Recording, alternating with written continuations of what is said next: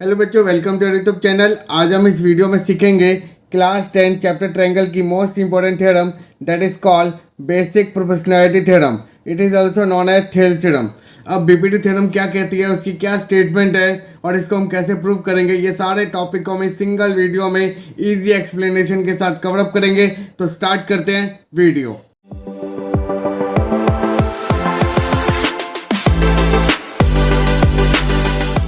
सबसे पहले मैं आपको बीपीटी थ्योरम की स्टेटमेंट समझाता हूँ, देन उसके बाद हम स्टेप बाय स्टेप इस थ्योरम को प्रूव करेंगे।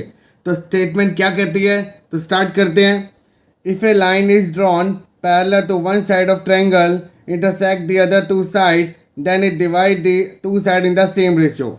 मतलब सपोज आपको एक ट्रायंगल दे रखा है ए बी सी, आपने क्या किया, एक लाइन ड्रॉ करी किसी भी एक साइड के पैरेलल, तो वो पैरेलल लाइन क्या करेगी, अदर टू साइड को एक डिफरेंट पॉइंट पर क्या करेगी, कट करेगी। क्योंकि यहाँ पर लिखा हुआ है कि it intersect the other two side in different point.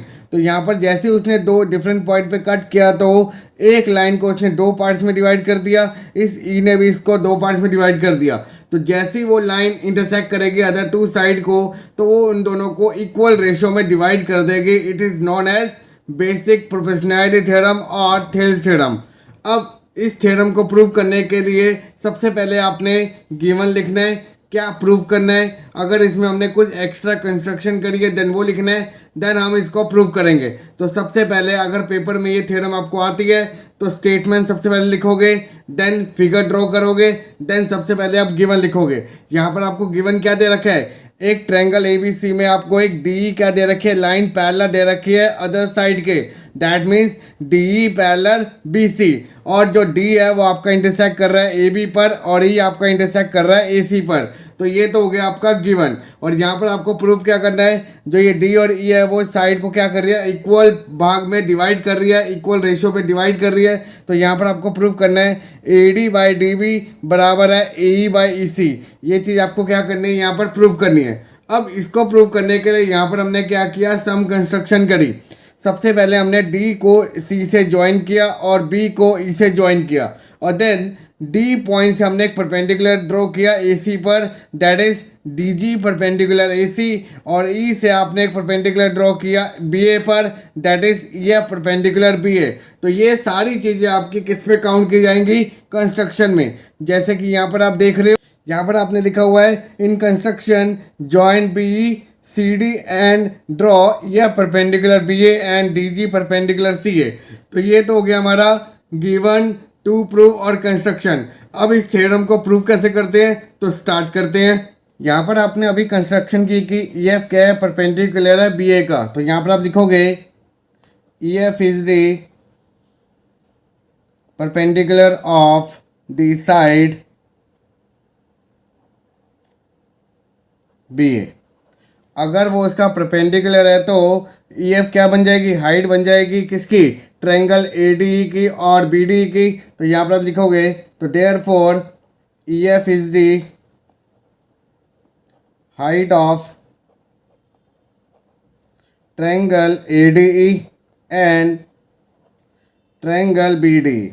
अब जैसे ही आपको पता चला कि इसकी हाइट है तो यहाँ पर हम कौन सा कंसेप्ट यूज़ करेंगे, एरिया ऑफ ट्रायंगल। बिकॉज अगर आपको एक ट्रायंगल गिवन हो और आपको एक परपेंडिकुलर हाइट गिवन हो तो यहाँ पर हम एरिया कैसे ड्रॉ करते थे, area is equal to half into base into height. तो इसी कंसेप्ट को यहाँ पर यूज़ करेंगे और यहाँ पर हम लिखेंगे area of triangle A D E. अगर मैं area of triangle A D की बात करूँ तो इसका बेस क्या है ए डी और हाइट क्या है हमारा ई एफ। तो यहाँ पर आप लिखोगे half into base into height. इसको आप मार्क कर लोगे इक्वेशन नंबर 1। सेम प्रोसीजर यहाँ पर आप लिखोगे area of triangle B D E. अगर मैं इस ट्रायंगल की बात करूँ बी डी ई तो इसका बेस क्या होगा बी डी और परपेंडिकुलर हाइट कौन से होंगी ई एफ। तो यहाँ पर आप लिखोगे half into base into height.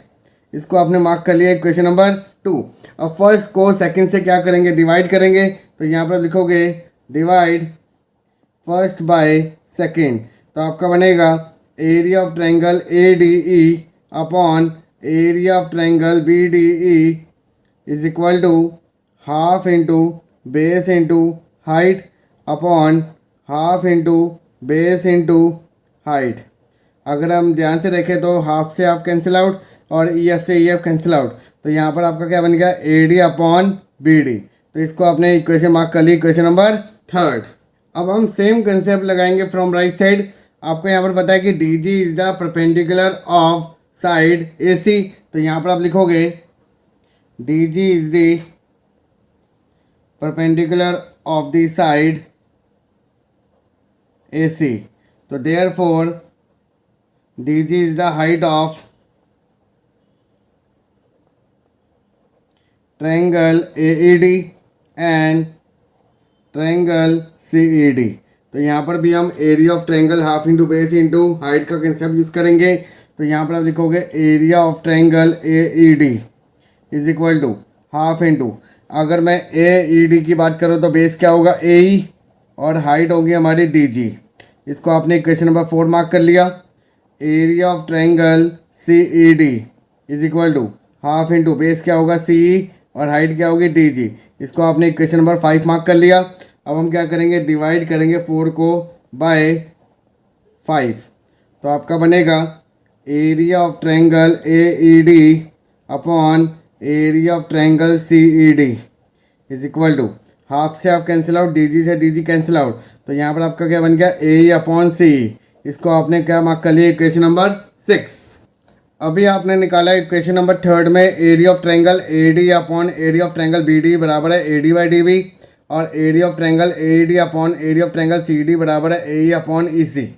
अगर मैं इन दोनों टर्म को रिलेट करूं तो ऊपर वाले टर्म आपकी सेम है लेफ्ट हैंड साइड में, because area of triangle AD बोलूँ या एरिया ऑफ ट्रायंगल AED बोलूँ, बात तो ट्रायंगल वही सेम ही है।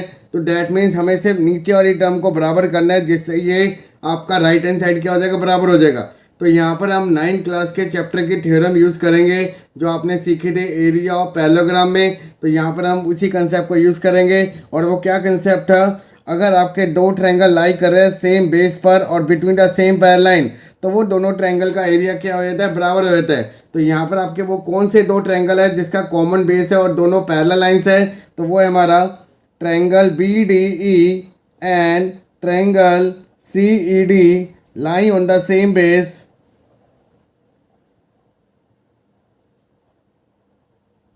DE and between the same parallel line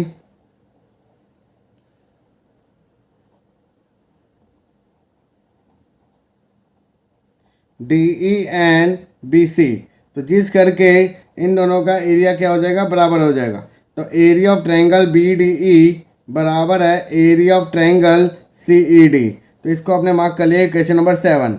अब इसको हम यूज़ कर लेंगे यहाँ पर, जिससे हमारे दोनों के डिनोमिनेटर क्या हो जाएंगे, सेम। तो यहाँ पर हम करेंगे पुट इन इक्वेशन नंबर 6, तो आपका बनेगा area of triangle AED upon area of triangle BD। हमने यहाँ पर क्या किया, इस CED की जगह BD को रिप्लेस कर दिया, बिकॉज ये दोनों टर्म क्या हो गया, अब बराबर होगी, बराबर है AE अपॉन EC। तो इसको हमने मार्क कर लिया इक्वेशन नंबर 8। और अगर मैं इक्वेशन नंबर 3 और इक्वेशन नंबर 8 को अगर रिलेट करूं तो दोनों के लेफ्ट हैंड साइड क्या है, बराबर, जिस करके इन दोनों के राइट साइड भी क्या हो जाएंगे, बराबर हो जाएंगे। तो यहाँ पर आप लिखोगे फ्रॉम इक्वेशन नंबर 3 एंड 8, तो we get AD by DB बराबर है AE अपॉन EC। और यही चीज़ आपको क्या करनी थी, प्रूफ, कि अगर एक पैरेलल लाइन ड्रॉ करते हैं हम एक साइड के, तो वो इंटरसेक्ट करती है अदर टू साइड को डिफरेंट पॉइंट पे, और वो उन दोनों को साइड को क्या कर देती है, दो पार्ट्स में डिवाइड कर देती है, जिनका रेशियो क्या होगा, बराबर होगा। और यही चीज़ आपको क्या करनी थी, इसमें प्रूफ करनी थी। तो ये था आपका BPD थ्योरम का एक इजी प्रूफ। आई होप आपको ये वीडियो अच्छी लगी और आपको ये थ्योरम समझ आ गई होगी। तो अगर पेपर में अगर थ्योरम आती है तो आपको ये सारे स्टेप आपको लिख कर आने हैं। सबसे पहले आपको स्टेटमेंट लिखनी है, देन गिवन लिखना है, then to proof, then construction, और देन इसका प्रूफ। तो ये सारे पॉइंट्स को आपने याद रखना है और पेपर में लिख के आना है। तो अगर आपको ये वीडियो अच्छी लगी, इस वीडियो को लाइक करें, ज़्यादा ज़्यादा शेयर करें, और फर्दर वीडियो देखने के लिए प्लीज़ हमारे चैनल को सब्सक्राइब करें, बेल आइकन को प्रेस करके जरूर रखें, क्योंकि हम डेली वीडियो अपलोड करें जिनकी नोटिफिकेशन आपको मिल सके। तो मिलते हैं जल्द आपको नेक्स्ट वीडियो में।